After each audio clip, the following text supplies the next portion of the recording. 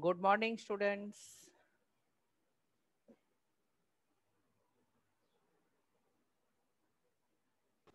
Good morning, sir. So I hope you are well prepared for the examination.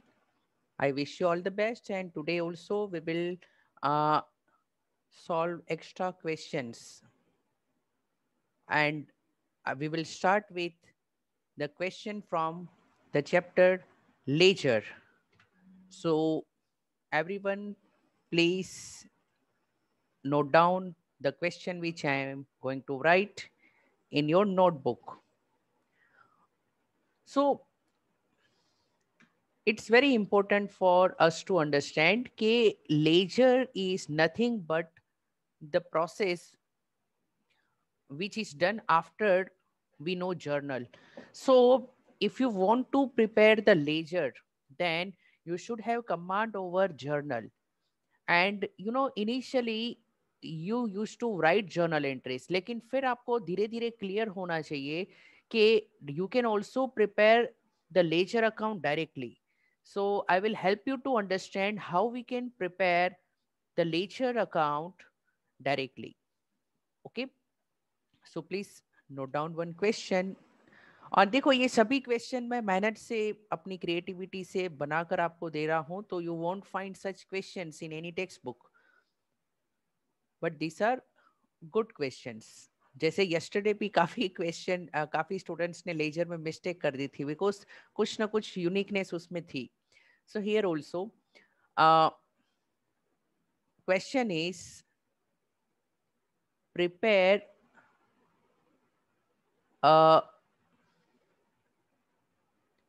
purchase account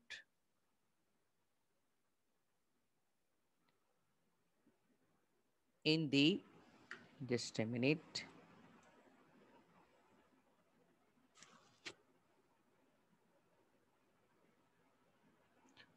in the books of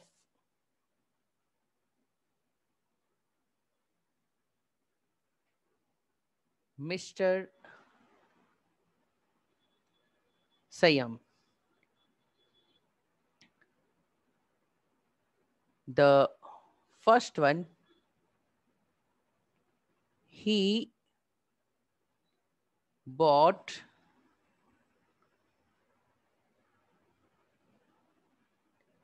goods costing rupees 60,000 on credit from Mr. Shyam at 10% trade discount and 5% cash discount. Second, he withdrew goods costing 5,000 and selling price of rupees 7,000 for personal use. Then goods worth rupees 10,000 and SP means selling price of rupees 15,000 were destroyed by fire. Fourth one, he distributed goods worth rupees 3,000 and selling price of rupees 4,000 as free sample. Okay, so such question can be asked for, let's say, 3 marks. So I'm giving you 5 minutes time. Try to prepare purchase account. So I hope you must have written the question. Now we will prepare the purchase account. So I'll write solution. Sir, Yes. sir, after completing this sum, sir, can Hmm. you repeat the questions? Means आप वो question वापस समझा सकते हो जो कल आपने laser बनाने को बोला था कल वाली क्लास में?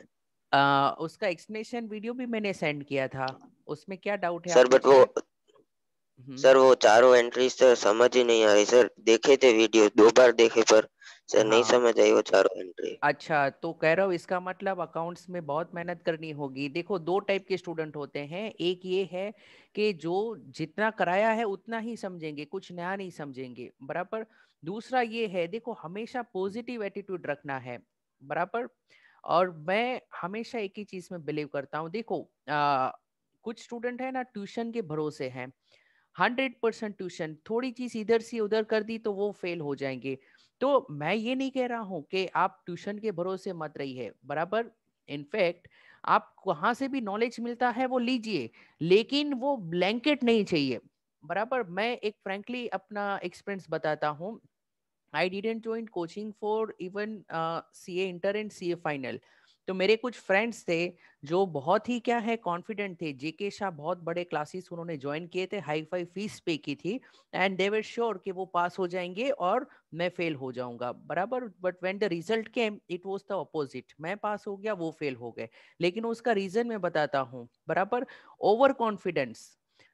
देर is no substitute for self work. Self study का कोई सब्सिट्यूट नहीं है। You need to apply your brain. आप अपना ब्रेन अप्लाई करोगे तो ही आपको नॉलेज मिलेगा। Whether you are going for tuition और not, that is the different thing. और एक चीज है, जब सॉल्यूशन आपके सामने है, आपने ऑलरेडी चैप्टर समझा है, फिर भी अगर आप कहते हो कुछ भी नहीं समझ में आया, तो I am actually not happy, बराबर। आप कहते हैं कि एक चीज नहीं समझ में आई, दो चीज नहीं समझ में आई, तो आई कैन एक्सप्लेन। लेकिन ये attitude, don't take it personally. लेकिन कोई भी स्टूडेंट हो जो कहता है कि पूरा चैप्टर नहीं समझ में आया, तो वो मुझे लगता है कि बहुत नेगेटिव स्टेट में है। Divide and rule, okay. Sir sir वो चैप्टर तो पूरा समझ में आ गया, बस सर कल वाला सम नहीं हाँ, आया, तो बस वही वही डाउट है वही और मैं कोई कह डाउट रहा नहीं हूँ है। कि वो सम में आपको कुछ भी नहीं समझ में आया, तो वो बहुत बड़ा क्वेश्चन मार्क है कि टोटल कितनी, या शायद 3 या 4 ओपनिंग एंट्री। फर्स्ट तो ओपनिंग था, ओपनिंग आपने लिखा होगा, बराबर। देखिए, मैं अभी यस सर। आपके सामने शेयर करता, देखो कोई भी चीज को पोस्टपोन नहीं करना है। मैंने अपना नंबर भी दिया है, कल का डाउट आप कल ही सॉल्व कर लेते। ओके, मुझे और भी कुछ स्टूडेंट्स ने कहा था कि यानी एक आध स्टूडेंट ने कहा था कि सर इसमें डाउट है, तो मैंने फिर ये वो ऑडियो फाइल भी शेयर कर दी। अब देखो, मैं इसका सॉल्यूशन आप ही से क्या है करवाता हूँ। पॉजिटिव रहना है। देखो, आप है ना 2-3 एडजस्टमेंट से डर जाओगे तो नहीं चलेगा। ओके, और मजा आनी चाहिए कि चलो अच्छा हुआ कि कुछ तो ऐसा है कि जो हमें नहीं आया। We need to take it positively. Yesterday शायद मैंने आपसे यस वो सर। सॉल्यूशन शेयर किया था, right. Let me find that file. हाँ, देखिए। अच्छा, क्या आप सभी स्टूडेंट्स ये स्क्रीन देख पा रहे हैं in the books of Shyam? Yes sir. Yes, sir. Okay, अब कह रहा हूँ आप ही ये क्या है, रीड करो क्वेश्चन, आपने लिखा होगा। सो रीड द क्वेश्चन और आप ही एक्सप्लेन करोगे। Read quickly.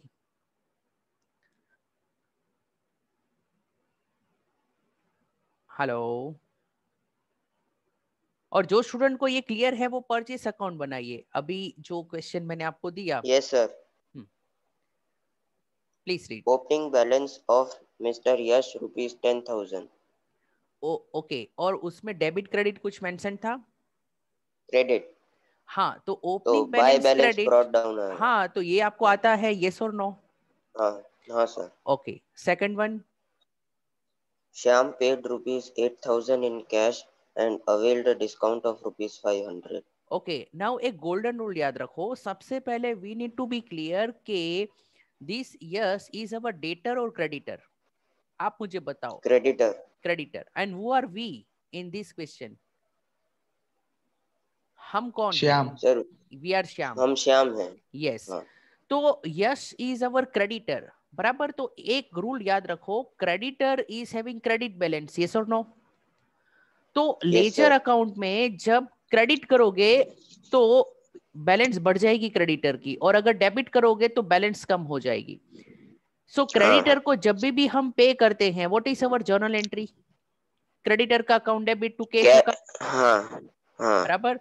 तो हमने Yes, sir. यश को पे कर दिया है, हमने क्रेडिटर को 8000 पे कर दिए हैं, and we got the discount of 500. तो सिंपल चीज है, when I pay to creditor, creditor का अकाउंट डेबिट टू कैश, ये जर्नल एंट्री तो हमने पास की थी, सो वही तो मैंने इफेक्ट ली है. Are you clear? Yes sir. जब डिस्काउंट मिला है, देखो जर्नल एंट्री कैसे होगी, क्रेडिटर यानी यश का account debit 8500, to cash 8000 and to discount 500. This you already know. Yes sir. तो बस इसी की एंट्री मैंने पोस्ट की है. और सर ये discount received, sir discount received तो क्रेडिट होता है ना? हाँ, तो क्रेडिट ही किया है. टू डिस्काउंट रिसीव्ड का मतलब डिस्काउंट रिसीव्ड अकाउंट क्रेडिट हो रहा है, टू के बाद वाला जो भी अकाउंट होता है वो क्रेडिट होता है. कैश भी क्रेडिट किया है मैंने. लेजर में जब हम पोस्टिंग करते हैं तो यश के अकाउंट में डेबिट साइड पर लिखते हैं, लेकिन जो डेबिट साइड पर नाम लिखा जाता है वो क्रेडिट वाले अकाउंट का होता है. That we already know. Yes sir. Yes yes sir. Clear? Next read करो.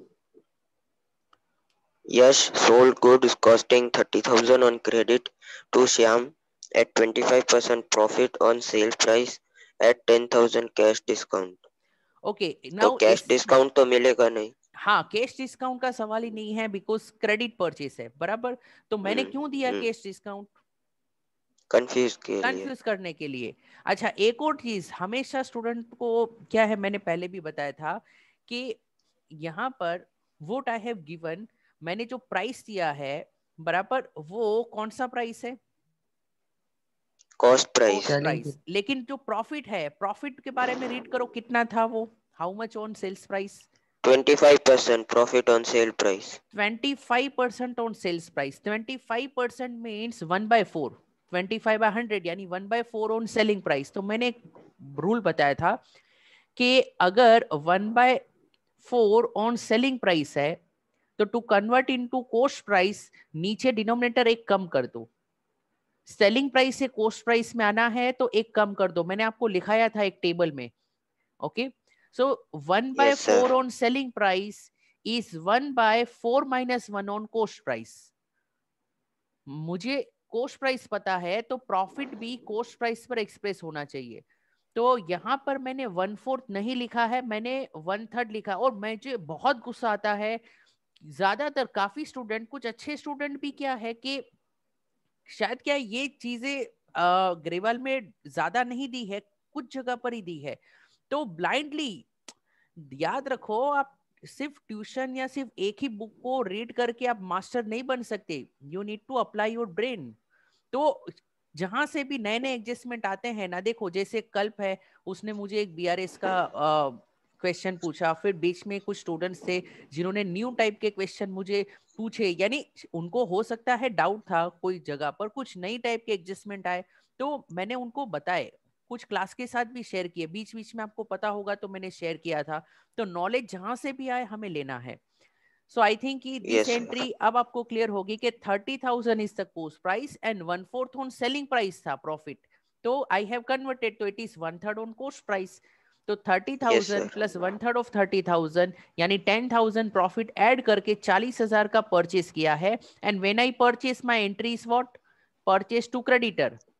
ओके, और जर्नल एंट्री याद ना हो तो एक शॉर्टकट बताता हूं. क्रेडिटर अगर बढ़ता है तो क्रेडिट साइड पर लिखा जाएगा, क्रेडिटर कम होता है तो डेबिट साइड पर लिखा जाएगा. पिछली एंट्री में क्रेडिटर को पेमेंट किया था तो डेबिट साइड पर लिखो. अब परचेस किया है उधार पे तो क्रेडिटर बढ़ेगा तो क्रेडिट साइड पर लिखो. Okay, Yes, sir. Next one.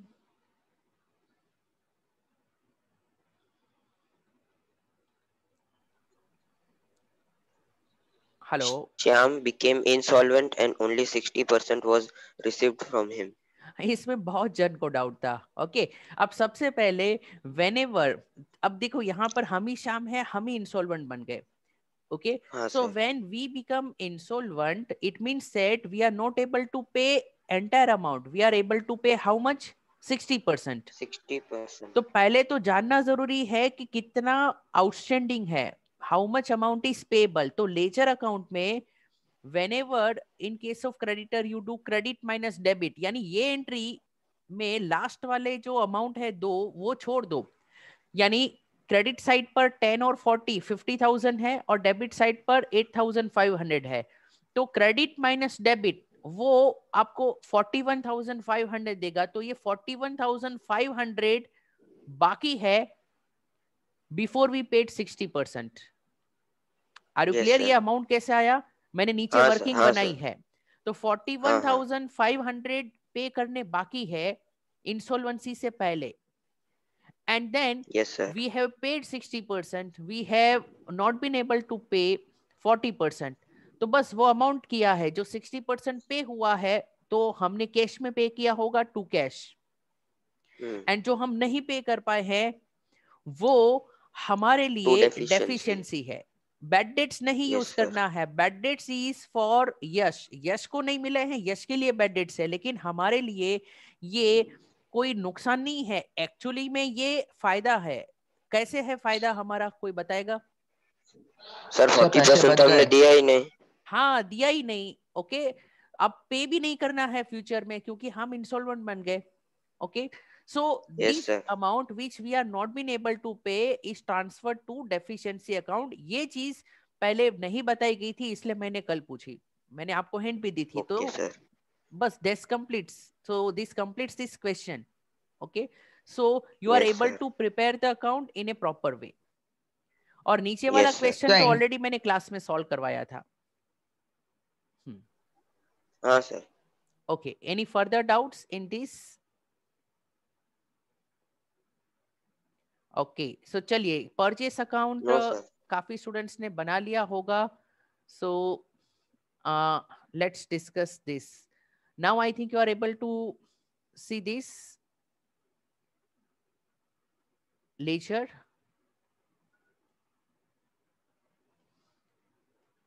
सो बस एक छोटा सा 5 और 7 लाइंस का आपको अकाउंट बनाना है. Dates are not necessary. So I have prepared this account. So in the books of Siam, I am preparing purchase account. Decoration work you can do. So first sir one, दिखाई नहीं दे रहा है. Sir अभी तक वो solution ही है, वो पहले वाला दिखाई नहीं दे रहा, वो जो हाँ आप अब बना दिखाई रहे दे हो. रहा है. हाँ sir. Okay, so look here. So first transaction है. देखो अब आपके सामने मैं बिना जर्नल के ये लेजर बना रहा हूँ. ओके, तो ये एबिलिटी आपको डेवलप करनी है, धीरे धीरे आ जाएगी. देखो अब मैं आपको बताता हूं कैसे सोचना है. सो ही बोर्ड गुड्स कोस्टिंग. सबसे पहले एक चीज क्लियर है, बोर्ड गुड्स है तो परचेस अकाउंट क्या होगा? डेबिट होगा. ये सबको पता है. तो मैं लिखूंगा डेबिट साइड पे. So he bought goods costing 60,000 on credit. अगर ऑन क्रेडिट है तो ये कैश डिस्काउंट को क्रॉस कर दो. ये तो मैंने सिर्फ आपको कंफ्यूज करने के लिए दिया है. When we buy on credit cash discount की जरूरत नहीं है. So he bought goods on credit from Shyam. तो जर्नल एंट्री बताओ. Purchase to purchase to Shyam. Shyam. Yes, तो purchase account debit to Shyam account, ये मैंने लिख दिया. अब कैलकुलेशन में मेंटली भी कर सकता हूं लेकिन अभी देखो आपके सामने बता देता हूं. 60,000 के गुड्स है, 10% ट्रेड डिस्काउंट है, तो क्या करोगे? 54,000. यस, ये बात खत्म हो गई. 54,000. सो ऐसे कोई अब वो हमें व्रत नहीं लेना है कि जर्नल एंट्री लिखेंगे फिर ही पोस्टिंग करेंगे. ओके, अब आपको नेक्स्ट लेवल पर आना है, अपना लेवल बढ़ाना है कि इवन विदाउट जर्नल एंट्री आप लेजर अकाउंट बना सको. Then second one, he withdrew goods costing 5000। First सबसे पहले विड्रू गुड्स, गुड्स चले गए हैं तो परचेस अकाउंट में कौन से साइड पर लिखा जाएगा? क्रेडिट साइड पे। यस, देखो purchase is debit balance, debit में लिखोगे तो बैलेंस बढ़ेगी और क्रेडिट में लिखोगे तो वैल्यू कम होगी। तो गुड्स आए हैं तो डेबिट में, गए हैं तो क्रेडिट में। तो ही विड्रू गुड्स, तो बाय कैन आई ड्राइंग। से ड्राइंग्स अकाउंट डेबिट होना चाहिए? यस, तो this is clear, by drawings account. लेकिन कौन सा प्राइस लिखे, कोस्ट प्राइस या selling price? 5000। 5000। Yes, always purchase account is prepared at cost price. Selling price सिर्फ आपको कंफ्यूज करने के लिए मैंने दी है। Selling price is not important, purchase account is maintain at cost price. अच्छा, then third one, goods were 10,000 and selling price is just for confusion, were destroyed by fire। Goods चली गई है तो क्रेडिट साइड, लेकिन नाम debit क्या लिखेंगे? Which account will be debited? By goods destroyed by fire account. Lost by fire account.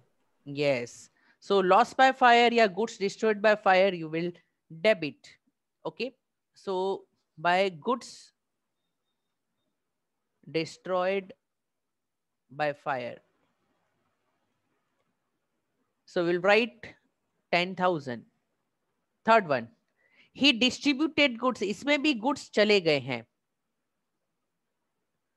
so I will write by goods distributed as sample 3000। हाँ, और Advertisement expense. सिंपल वर्ड में it is nothing but advertisement, so by advertisement account। okay, you can write even another name that goods distributed तो भी चलेगा, नाम में क्या रखा है। so worth 3000। so again selling price is not important, purchase account is maintained at cost price, that's it। अब यहां पर लेजर अकाउंट्स अगर पूछा है तो अज्यूमिंग के और कोई ट्रांजैक्शन नहीं है तो वी नीड टू क्लोज। सो 54,000, ये भी है 54,000। अच्छा 54 minus 10 plus 5 15 and 18,000, 36 so it will be 36,000। अब बाय एक बैलेंस कैरिड डाउन।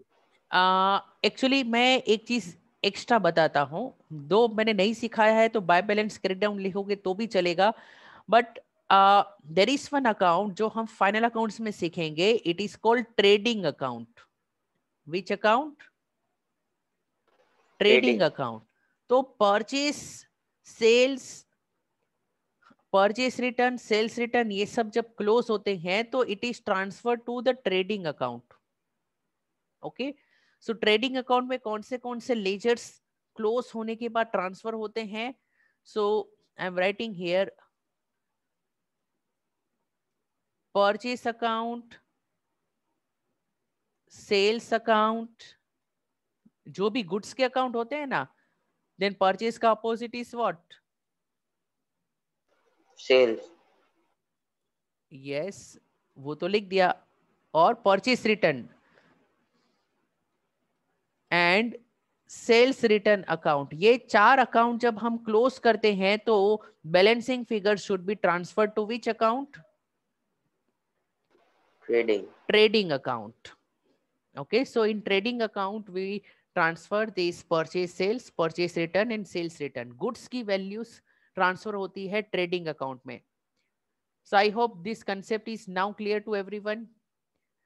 अब सिंस मैंने ये सिखाया है Yes, कि sir. परचेस सेल्स को ट्रेडिंग अकाउंट में क्लोज करना है, तो अगर कोई स्टूडेंट मिस्टेक करेगा ओके तो एक्सेप्टेबल नहीं है, तो you should be clear. Okay,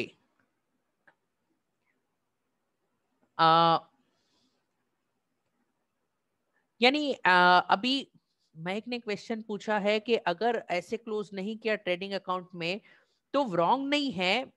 actually by balance carry down आपने लिखा तो रॉन्ग नहीं है, ट्रांसफर होगा ट्रेडिंग अकाउंट में, बट ट्रेडिंग अकाउंट में ईयर के एंड में ट्रांसफर होता है। Okay, so it is not wrong, but it is advisable if you know, then you can transfer to trading account. Okay, जब तक नहीं पता है तब तक ठीक है, हम बैलेंस कैरी डाउन करेंगे. Now we already know. Okay, now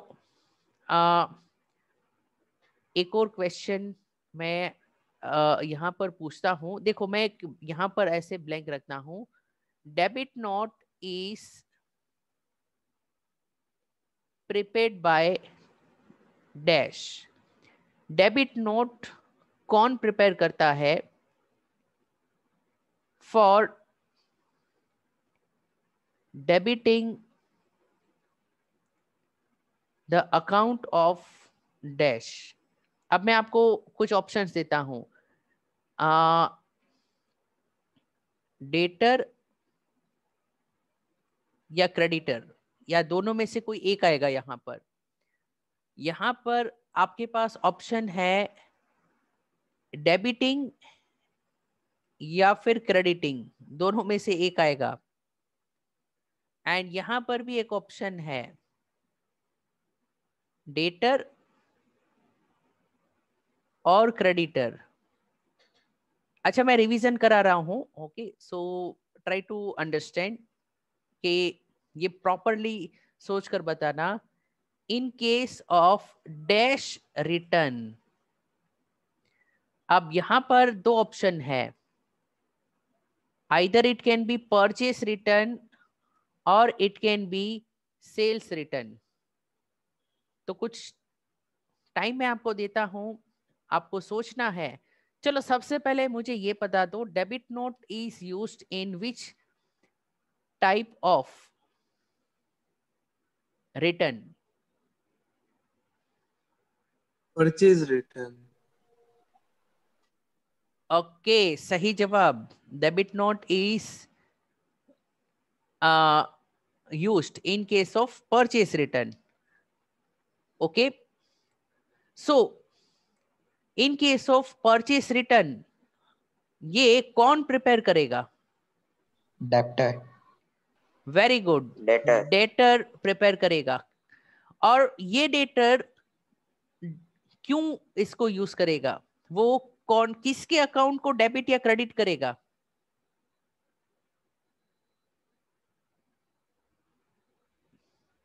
चलो यहां पर फॉर बता दो. Debiting the account.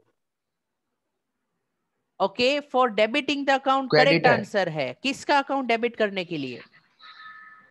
Creditor. Creditor, absolutely correct. Okay, so otherwise ये कंफ्यूजिंग हो सकता था. This is the golden statement which you need to remember कि in case of purchase return debtor यानी buyer, when I say debtor इसको buyer भी बोल सकते हो. Debit note is prepared by debtor या बायर. नाम ही है डेबिट नोट, तो वो क्या करेगा? डेबिट करेगा. बट डेबिट किसके अकाउंट को करेगा? Then the opposite person, seller, which is creditor. So already this was explained by me. मैंने पहले भी आपको एक्सप्लेन किया था, बट ये जस्ट एक रिवीजन हो गया. तो चलो क्रेडिट नोट के बारे में अगर आपको ऐसा स्टेटमेंट बनाना हो तो चलो मैं यहां पर बोलता हूं, ब्लैंक्स फिल करना. Credit note is prepared bye creditor. creditor for Crediting. crediting the account of Debtor. debtor in case of Sales. sales return. Okay, अच्छा चलो एक एक्स्ट्रा क्वेश्चन मैं पूछता हूं. Purchase of asset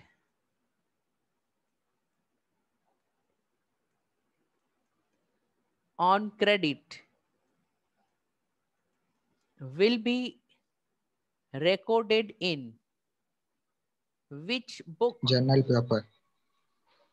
Yes, journal. Why not cash book? No purchase book, because purchase of goods is recorded in purchase book, but it is not the purchase of goods, it is the purchase of asset. So purchase book में ये नहीं आएगा. Okay, अच्छा एक और मैं आपको पूछता हूं कि let's say purchase return of goods bought on cash will be recorded in dash book. Purchase return हुआ है, कौन सी बुक में Cash रिकॉर्ड book. करोगे? Yes, cash book Cash is book. The correct Cash. Answer. Cash book is the correct answer. Why not purchase return book? Sir, because it Credit is cash. bought on cash. Yes, देखो purchase return book में only those returns will be recorded when you have originally purchased on credit. अगर original purchase is on cash तो उसका return भी will be recorded in cash book. Okay, so it's very easy. ये student को लगता है theory है, actually it's not theory, it is the practical thing which we have already discussed. अच्छा चलो एक मैं क्वेश्चन पूछता हूं. Effect of one error is getting offset by another error, then these types of errors are called?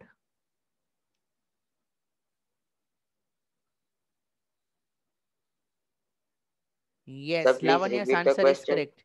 Effect of one error is set off by another error. यानी एक गलती कर दी और दूसरी गलती ऐसी की कि वो पहली गलती रेक्टिफाई हो गई, तो it is called compensating error. वो रिवाइज करना, टाइप्स ऑफ एरर मैंने ऑलरेडी करवाया था. So then it is compensating error. So I hope this should be clear to you. अच्छा, when there is fundamental mistake in accountancy, मैं यहां पर लिखता हूं कि इट इज फंडामेंटल या फिर conceptual error in accounting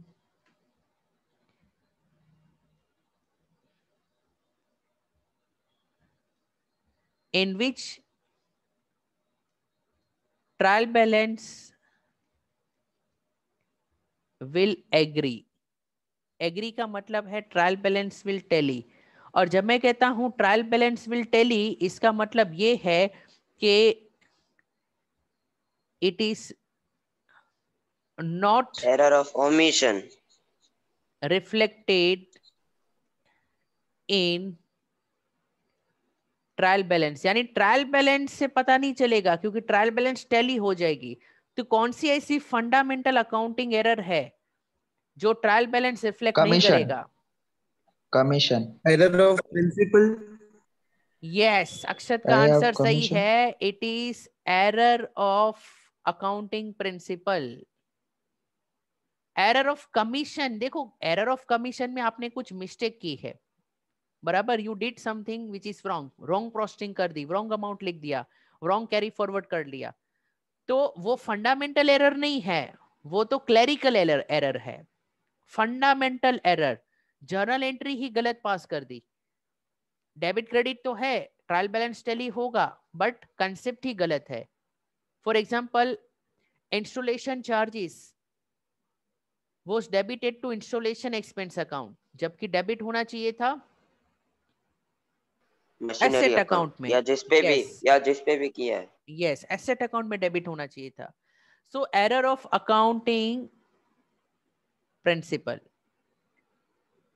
okay, error of omission तो नहीं हो सकता कह रहा हूं. एरर ऑफ ओमिशन का मतलब है कि when things are not recorded in the accounting, then it is the error of omission. तो सर इसमें भी तो अगर रिकॉर्ड ही नहीं करेंगे तो ट्रायल बैलेंस मैच ही कर जाएगा ना. हाँ, मैच होगा, लेकिन फंडामेंटल थोड़ी है वो. Yes sir. फंडामेंटल एरर की बात कर रहा हूं, बराबर. तो वो तो आपने कुछ फंडामेंटल अप्लाई नहीं किया है, कुछ किया ही नहीं है, तो it's not fundamental error. Okay, overcasting and undercasting. अब मैं एक क्वेश्चन पूछता हूं कि if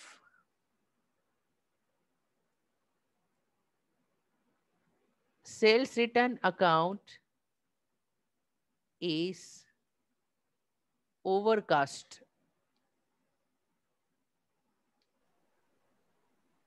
then we dash sales return account. सोच के बताना. Sales Credit. Return account is overcast. Get credit. Sir, we will और कोई credit.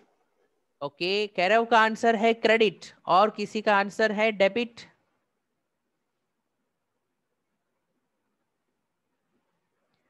Okay, yes. So Kairav, congratulations. बताओ ये कैसे क्रेडिट होगा. सर, सेल्स रिटर्न अकाउंट का जो इफेक्ट देते हैं हम, वो डेबिट होता है. यस. अगर ये अंडर कास्ट होता तो हम इसको डेबिट करते, पर इसको ज्यादा Yes. कर दिया है तो इसकी ज्यादा वाली इफेक्ट को कैंसिल करने के लिए क्रेडिट. यस. तो please note, sales return account, sales is credit balance, लेकिन सेल्स रिटर्न अकाउंट इज कौन सा बैलेंस? Debit balance. तो debit balance is overcast. Overcast यानी आपने ज्यादा डेबिट कर दिया है, बराबर. तो अब सुधारने के लिए क्या करोगे? रिवर्स न करना पड़ेगा. अगर ज्यादा डेबिट कर दिया है तो अब हम क्रेडिट कर देंगे इस अकाउंट को. So then we will credit sales return account. अच्छा, कभी कभी मैं इसमें थोड़ा ट्विस्ट ला सकता हूं. For example, we credit sales account, लेकिन इसकी जगह पर मैं ऐसा पूछता, वी डैश सस्पेंस अकाउंट, तो क्या करते? डेबिट. डेबिट. तो होता डेबिट. आप समझ गए? तो what is the thought process कि आपको कैसे सोचना है. तो एज आई टोल्ड यू, पहले सोचो नेचर ऑफ अकाउंट क्या है. Sales return account is the debit balance. तो when debit balance is overcasted, it means you have debited more. अब मिस्टेक को सुधारना है तो अब रिवर्स कर दो, क्रेडिट कर दो उस अकाउंट को. ओके, और उसको अगर क्रेडिट कर रहे हो तो सपोर्ट में सस्पेंस अकाउंट को डेबिट करना पड़ेगा. तो कोई भी वे से पूछा जाएगा. देखो, इन टूडेज टाइम सबसे बड़ा प्रॉब्लम क्या है वो मैं बताता हूँ. अच्छा हुआ कि टिकटॉक बैन हो गया, लेकिन उसके जगह पर और भी कुछ एप्लीकेशंस आ गई. ये 1 मिनट के छोटे, कल विवेक बिंद्रा का मैंने पूरा एक पर्सनल लाइफ के ऊपर वीडियो देखा था कि all this short span videos, ये आपका है ना कंसंट्रेशन पावर खत्म कर रहे हैं. कोई भी नॉलेज ओके ज्यादा नहीं शॉर्ट में आ सकता. You need to give some time. एकदम शॉर्टकट में नहीं हो सकता. So you need to give some time. अच्छा, और जो एंटरप्रेन्योरशिप स्टूडेंट है जिनको फ्यूचर में बिजनेस करना है, तो एक सजेशन है कि ये ट्यूशन क्लासेस में पैसे लगाते हो ना, उससे बेटर ये है कि आप वहां पर जो कोर्सेज है. अब मुझे बताओ, इंडिया में बीकॉम करने वाले बहुत सारे स्टूडेंट है कि नहीं? यस और no? On Yes, what sir. Do you feel about job market? क्या लगता है कि ये ग्रेजुएशन करने के बाद या एमकॉम करने के बाद आपको ढंग की जॉब मिलती है? नो. अब आप सोचोगे सर हमें जॉब नहीं करना. अरे भाई, अच्छा है, आपको जॉब नहीं करना है, आपको तो बिजनेस करना है, तो फिर बिजनेस का कुछ सीखो ना, और वो भी अच्छा कुछ प्रैक्टिकल सीखो. Okay, so try to see that you are enrolling for, यानी देखो, जो आप पैसे एक ही चीज को अलग अलग जगह से समझते हो. देखो, एजुकेशन हमारा बहुत बकवास है. मैं आपको इसलिए बताता हूँ कि एमकॉम पास किया जो अकाउंटेंट है ना, एमकॉम पास जिसने किया है, बराबर, उससे ज्यादा नॉलेज क्या है कि 12th पास या 10th फेल वाले बच्चे को होगा, अगर वो कोई पर्टिकुलर ऑफिस में 2 महीने काम कर लेता है. This is the difference between theory and practice. So try to learn something very practical in a practical way. तभी आप लाइफ में कुछ अच्छा कर पाओगे, आपका माइंडसेट ब्रॉड होगा. ओके, ये घिसी-पिटी थियरी है, मेरे टीचर ने यही सीखी थी, मैंने यही सीखी है और आपको मैं यही सिखा रहा हूँ. There is absolutely no change. तो इसको थोड़ा कम टाइम में सीख कर खत्म करो. Don't waste time in so much for learning these concepts which are outdated. Chale, wish you all the best for your exams. Time is over Thank you, sir. and feel free to ask any doubts. Okay, bye bye.